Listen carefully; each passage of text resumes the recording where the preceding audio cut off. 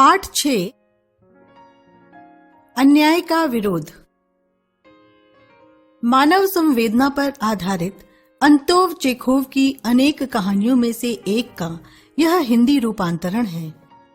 परिस्थितियों से मजबूर एक असहाय लड़की को अपने ऊपर हुए अत्याचार को सहते देखकर उसका मालिक उसे समझाता है कि इस समाज में दब्बू लोगों के लिए कोई जगह नहीं है। अपने अधिकारों की रक्षा के लिए अन्याय का विरोध करना बहुत जरूरी है। मैंने अपने बच्चों की देखभाल के लिए एक गवर्नेंस का प्रबंध किया।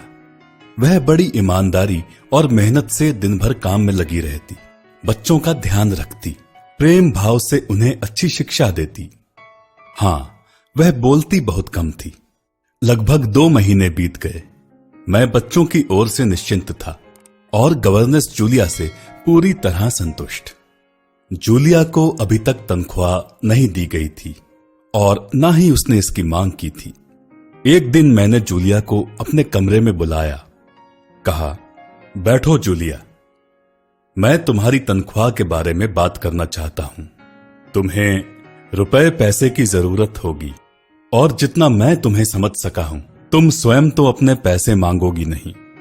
हाँ, तो तुम्हारी तनख्वाह तय हुई थी 30 रूबल, ठीक है ना?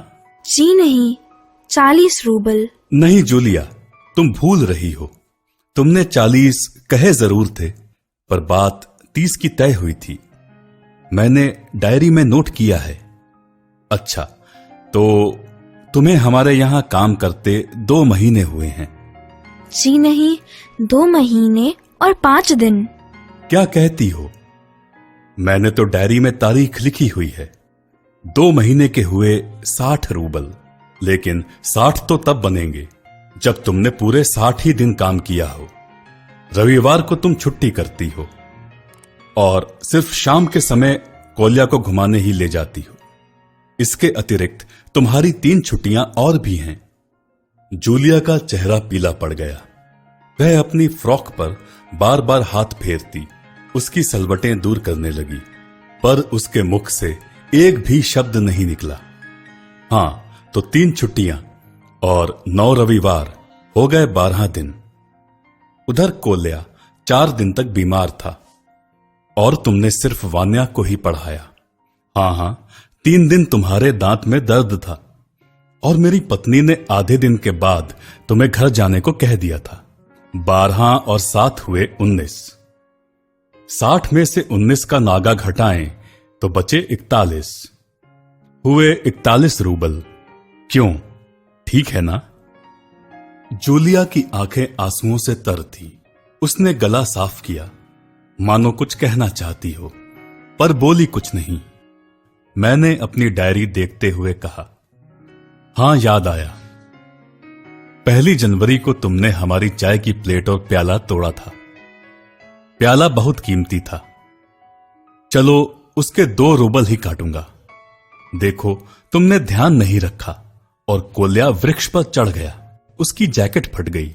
10 रूबल उसके कट गए।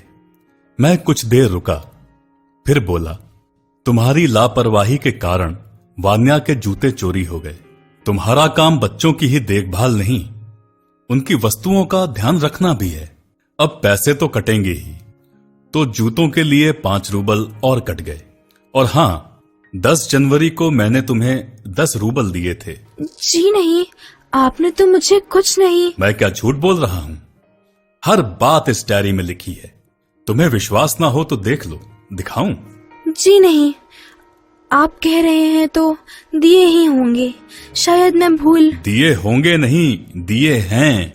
अब 41 में से 27 घटाओ, बाकी बचे 14। क्यों, ठीक है ना हिसाब? और कुछ?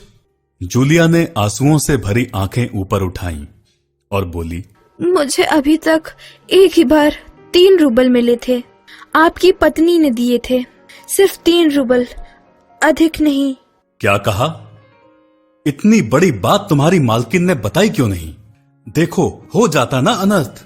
अच्छा, कोई बात नहीं, 3 रूबल भी घटा लेता हूं। अब शेष बचे 11 रूबल।